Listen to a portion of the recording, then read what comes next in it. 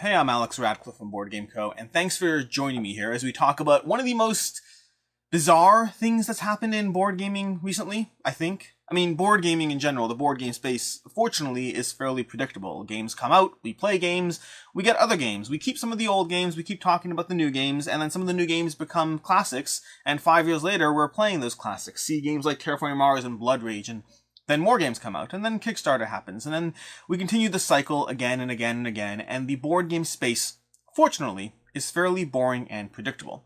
I say fortunately because I like board games, and anything that's a change to that could represent a threat to the board games I love and know so well. But now we have the World Series of Board Gaming, which is something I heard about recently and reached out to them to talk about what in the world is this thing. $25,000 to play board games? It's the kind of thing that exists. I mean, it exists in the video game space. It obviously exists in sports and stuff, go sports, yay. But it's the video game space. We have that there.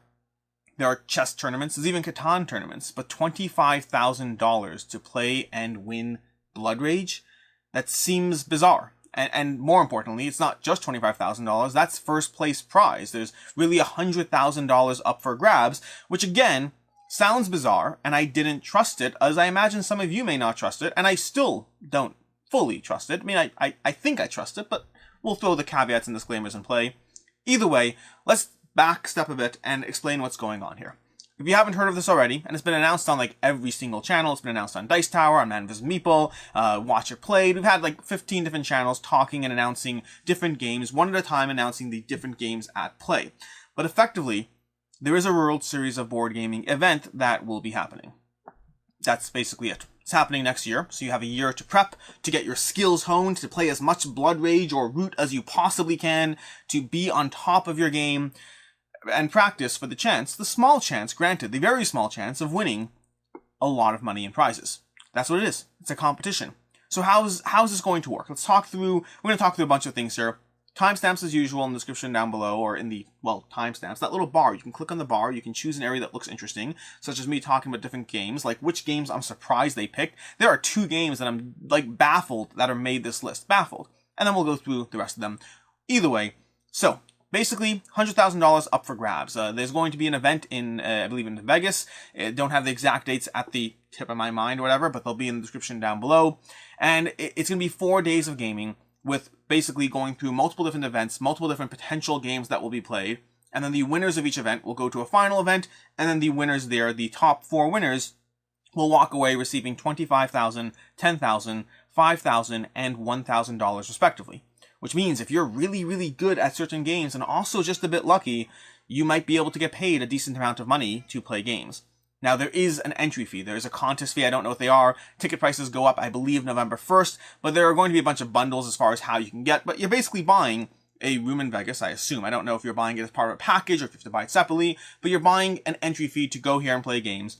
You'll be able to play the games you're going for. There'll also be like side events. So if you get disqualified, what if you play your first game of Blood Rage and it didn't go well for you? There'll be things to do across those days. There will be other games going on, there'll be sponsors, there'll be various companies that supposedly will be there. I don't know official names just yet, that's not true. I know some names, but I don't know if they're officially confirmed just yet, so I'm not going to say them just in case.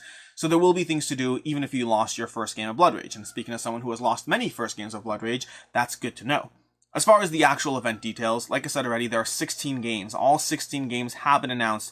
The ones you see on the table in front of you are definitely some of them. They're the ones I own. I actually own 1, 2, 3, 4, 5, 6, 7, 8, 9 of the 16 games.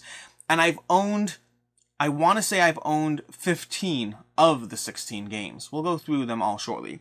But there'll be 16 games. And the way it works is it's single elimination, which means if you lose a single game, you are out.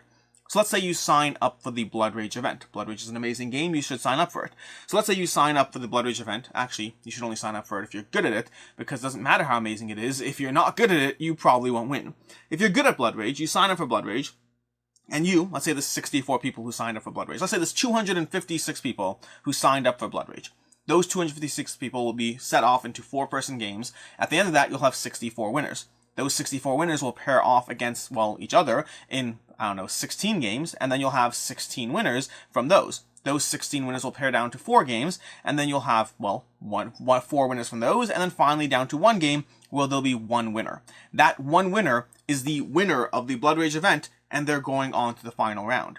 In other words, the more players there are, the more rounds you'll have to survive before you head on off to the final round. Now, what do you do if there's 257 players? I don't know the exact details. I don't have all the details. I have some of the details. So 257 players, I don't know what happens. We'll figure it out. Maybe we'll just add, I don't know. I don't know what happens. I don't have all the answers. It's fine. That's Blood Rage. Now you can do that. And in general, by the way, you can sign up, I believe, for up to, I believe it's 4 different games, might be 3. Basically, you can sign up for 1 event per day. So you can't actually pick as many as possible, but you can say, hey, I'm really good at Blood Rage and I'm really good at Root, so I'll sign up for those 2, and that way I effectively have 2 chances to go through the cycle, and if I make it to the end of either, well then I'm one of the winners. So you can do that. You can't do it for all 16, but you can sign up for multiple games. It will cost you more, you'll buy a bigger package, all of that. But what do those 16 winners do? Well, those 16 winners will enter into effectively a random draft as far as what games they play against each other. And I believe no player will get a seat at a game they prior won or something like that. Basically, if you won Blood Rage, you're not playing Blood Rage with those 16 people. The 16 people who made it at the end, let's say you have 4 games that are paired off of four winners. Well, if you're the person who won Blood Rage, you're definitely not playing Blood Rage. That part's determined. From those, you'll be down to 4. Okay, 4 winners will be left from those 16. 4 winners left that are going into the final game. And before you go into that final game, from these 16 games, the 4 games that were just played are removed from the pot. The 4 games that were won by those people prior are removed from the pot. And that leaves 8 games left. At that point, each player has the chance to blind select one game that will not be involved. So for example, maybe we're left down to these 1, 2, 3, 4, 5, 6, 7, 8. Maybe we're left down to those 8 games on the table. And I am really, really not good at, well, all of them, but I'm really, really not good at Gaia Project because I haven't played it yet. Okay, so maybe I'm really not good at Gaia Project, although ideally, if you're going to enter this competition, make sure you play Gaia Project because you might have to play it in one of the early rounds. But in that final round, I can eliminate Gaia Project as an option, and then other players will also be eliminating, which means you'll have 4 players who randomly eliminate something, which means it could be me and Joe over there both eliminate Gaia Project, but Jim eliminates Blood Rage, and Sarah eliminates 7 Wonders. Which means from those remaining 5 games, you'll randomly pick a game that will be played by those last 4 people, and the winner of that gets $25,000. Okay, with me so far? And again, there's 4 winners. Now this part I'm pretty sure about, I'm not certain, but I think that means the 4 people who enter that final game, if I'm not mistaken, all get the 25, 10, 5, and 1 as far as things go. Okay, with me? Although I'm realizing a trend here. Okay? We'll get to it. The trend is that I think all the games on this list do have point scoring in play, and I think that's relevant because if you're going to have a first, second, third, and fourth winner, you can't have someone who's, won or lost. You have to have actual scores that you can gauge by for that final game. That part's conjecture on my part. That's what's going on. Okay, with me so far? Did you follow that? Point is, enter a lot of games, try to win, become the winner of your game, move on to next rounds. But at the end of the day, keep in mind, if you do the math there, you only actually need to play 3 different games. The problem is you have complete choice over one of those 3, the first one. So if you're really, really good at 7 Wonders, you can choose to enter that one. But then after that, it'll be a little more random. Some control over the last game, very little control over the second game. But you walk away at the end of those 3 games, and you could be walking away with $25,000. Incredibly unlikely, because it doesn't matter how good you are, luck will play a part as well. Other players in the game ganging up against you will play a part as well. Which brings us to, I'm trying to think how to order this. Let's talk about the craziness of the event itself, and then we'll talk about the actual games and, well, general thoughts about the selections. So, the craziness. This sounds ridiculous. There's a reason I reached out to them. There's a reason I wanted to find out what's going on, because this sounds ridiculous. The only thing that lends it any credency whatsoever is the fact that we had basically every major content creator announcing some form of a game. We have 16, I think it's 16, maybe it's less, maybe it's like 14 different content creators who are involved with naming the various games. Now, the problem is, there is the concept of group buy-in. The only reason I'm willing to talk about it is because there's 15 other content creators who are talking about it who make it sound like a real thing. But maybe they're all doing that. Maybe they're all just talking about it. And so I reached out. I had a phone call with some of these people, basically trying to figure out what exactly is this? Who's backing it? Are you sure you're going to make the $100,000 you need to give away that $100,000 in prize money? Because you better have that money available. If you're giving away prize money, then you better have that money available in some way, shape, or form. And so the short answer is, I can't tell you or guarantee one way or the other what is or isn't a scam here. Well, that's not true. It's not a scam. I don't think it's a scam, but one second, let's take a sip of coffee here. It does not seem like a scam in the slightest. That said, like there are people who have done stuff in the industry. I'm not allowed to divulge who they are. They asked that part they're not ready to yet go into. They'll be talking about it, I'm sure, but they're just not ready to have, full deep dive into all that. But it seems like there are people who have done stuff in the industry. From talking to them, I personally feel assured, but your possible loss is that you sign up for a package, a deal, and this whole thing doesn't come to fruition, and now you're out whatever that ticket entry costs. That is absolutely possible. Do I think it's happening? No, I don't think so, but it's worth mentioning it if I'm going to be involved in a video for something that's never been done before. I talk about Kickstarters all the time. Do you know how many Kickstarters I've talked about that actually just straight up don't deliver? I don't know if there's any yet. In terms of Kickstarters I've advocated for, in terms of campaigns that I've said, hey, look, I've covered this prototype, I don't think there are any that haven't, well, I guess there's a whole bunch that haven't delivered yet, but that's just because of the nature of the Kickstarter cycle. But I don't think there are any that have flaked out. I take that degree of responsibility of telling you what's going on in the space. I take it seriously. Obviously, if a Kickstarter campaign that I was covering, if it did flake out and they didn't deliver, I'm not responsible for it. It's not my problem, but I would feel bad. I don't want that to happen. And so I'm only going to take on projects that I believe have a degree of validity or backing around them. And that's true here as well, but this is something different. This is something new. This is something that hasn't been done before in the board game space. It has been done elsewhere. Now, the good news is the board game space is growing. Every single year, the board game space is growing. And with that growth means we do start to see more and more things that have happened in other spaces. This is not the first time that a board game competition has been attempted. Will Wheaton tried doing it a while ago, and it didn't work out back then, although part of that seems to be because they tried to tackle it from a stance of having the people who made the game sponsor it, which resulted in not mainstream games being involved in this, which resulted in not the same degree of interest you might otherwise see.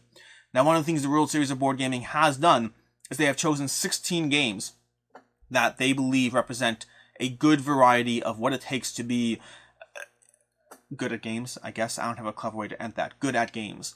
Now, granted, you're going to look at this list and you'll say, but they chose that, this, and that, and I did that. I'm doing that for 2 of these games. For 2 of these games, I am baffled that they chose them, and I think it's ridiculous. Which brings us, that's a good time to transition to the various games chosen for this competition, the various 16 games on the table, any single one of which you might have to play just by the sheer luck of the draw. Once you get to that second and third round, you may have to play one of these games. So, ideally, if you're going to enter this competition, try to know all 16 games, which is, again, it's baffling because the chances are you're probably safe. If you know 15 of these 16, statistically speaking, you are probably fine. But it would really suck to have to go through a competition, get to that final entry, and then the final game is the one game on this list you don't know. That would be a real shame. And speaking for myself, I believe I know 14 of them, by the way. So if I were entering this competition, I would just have to learn 2 new games that are anyways on my list of games to learn, so I'm fine there. And with that, let's go into the games.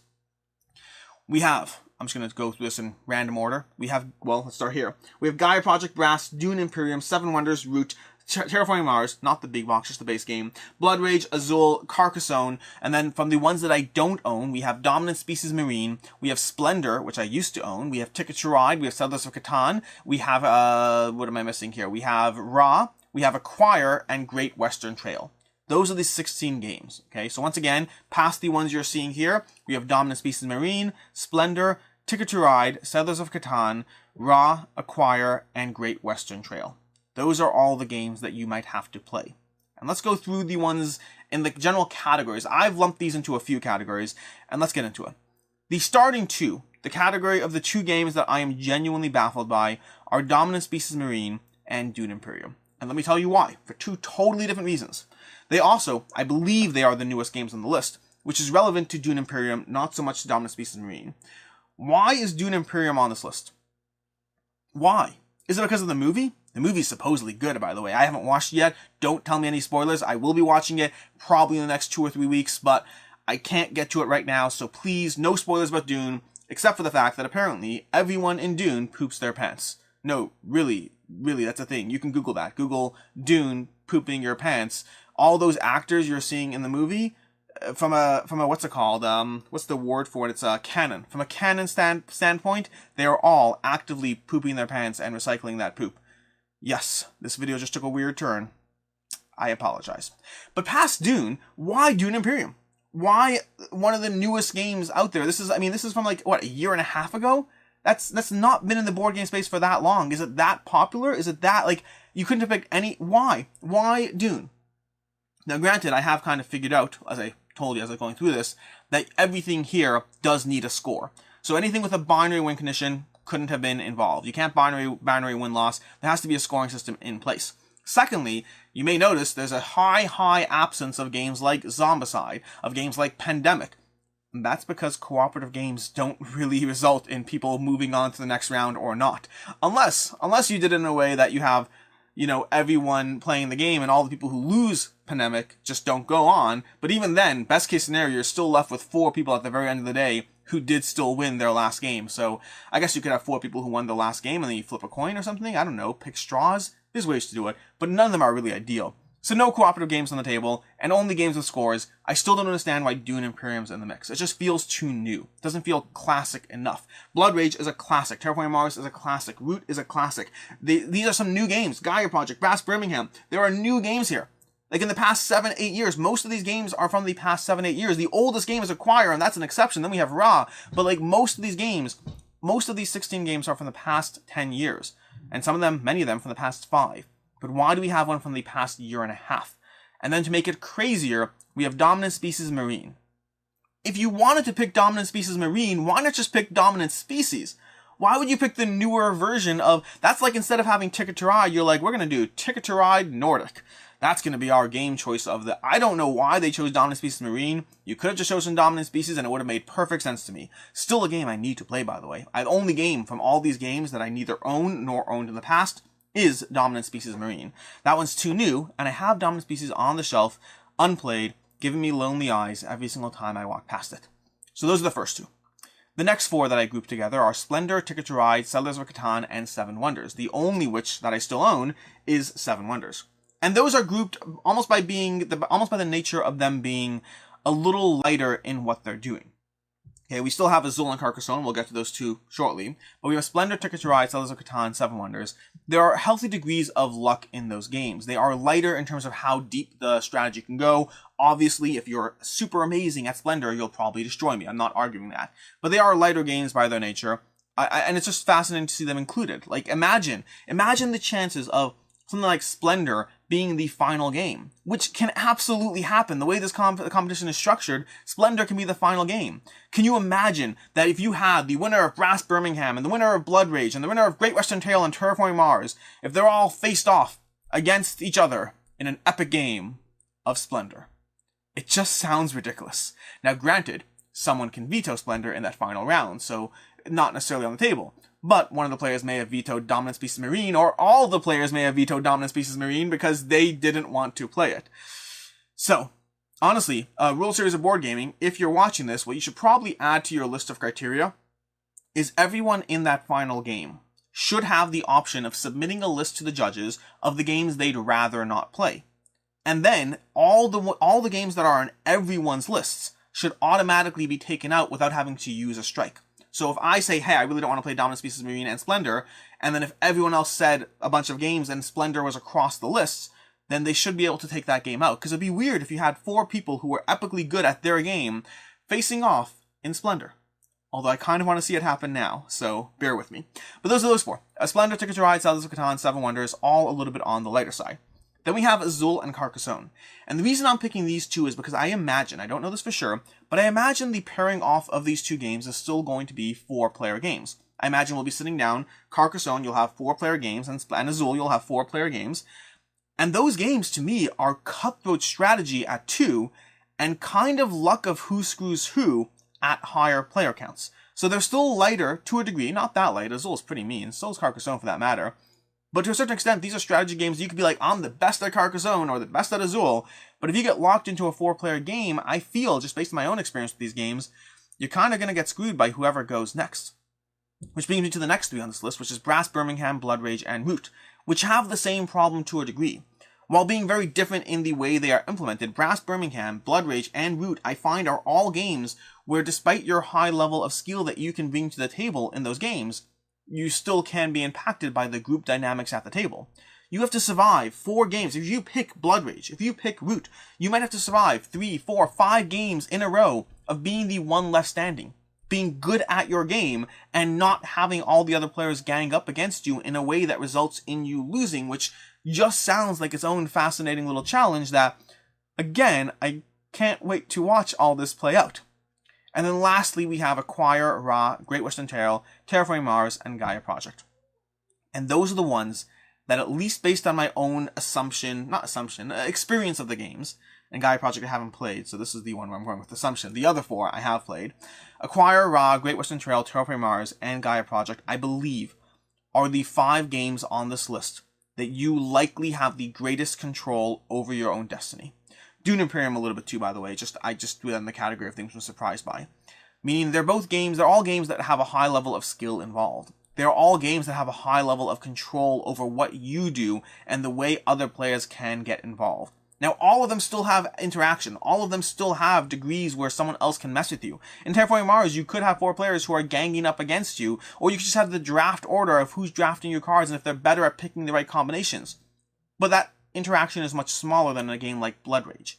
In Great Western Trail, you can have people who are building buildings getting in your way, but again, the level of interaction other players bring to the table, the level of spots they take from you, and Dune Imperium, when you place out your little agents or whatnot, you could have other people who get in the way. I'm not saying these games don't have interaction, but I'm saying the degree of screwage and manipulation of others in the game state, I find is on the lower end compared to some of these other games. Which means my advice, based on my own assumption, that you should not take for anything whatsoever, but my advice is if you're very good at Acquire, Ra, Great Western Trail, or Terraforming Mars, those, or Dune Imperium, or Gaia Project, those are the ones I would try entering for. If you're really, really good at these, by the way, because the question on the table is if you're really, really good at Blood Rage, is it better to be the best person at Blood Rage in the room, but victim to group dynamics? Or is it better to be very, very, very, very good at Terraforming Mars and less victim, but still victim, to some degree of group dynamics? That's an interesting question on its own. But that's my semi-analysis of the games that they picked. And again, I'm still baffled. Dune Imperium, I can let slide. I can. I'm fine with it. I just think it's still too new. But Dominant Species Marine, I assume it's too late to change the games, but that just feels like out of left field. I would need to learn that game right now, and Gaia Project too, but that's my fault, because Gaia Project's been out for a while, so I don't really have anyone to blame for that except for myself. Either way, that's your sort of recap of the WSBG. That sounds right. World Series Board Game. WSOBG? I think it's WSBG. The World Series of Board Games, which is, again, ridiculous. It's a new thing. I hope it does well. I hope it succeeds and people flock to it and all that. If nothing else, I really, really hope we see the winner of 4 epic strong Euro games and Blood Rage and who knows what, going head to head in a game of Ticket to Ride, or Splendor, or Catan. I'd love to see it happen. In any case, until next time, I'm Alex Radcliffe from Board Game Co. I'll throw links to the WSBG down below. Last I checked, the website didn't have all the stuff that I would like to see. It was like all the links weren't all there. Hopefully that'll be updated by the time you go. Maybe not, but it's certainly functional, and you can check out the dates and see if you want to go and talk to your cousin in Vegas who you haven't talked to and who knows how long, and tell him you have no idea I'm coming down to play board games because maybe I'll win $25,000 and he's going to think you're crazy. I'll think you're crazy, but then you might actually win because you apparently were really good at Ticket to Ride and you didn't even know it, and that was the final game. I'm going to have some more coffee. I'll see you next time.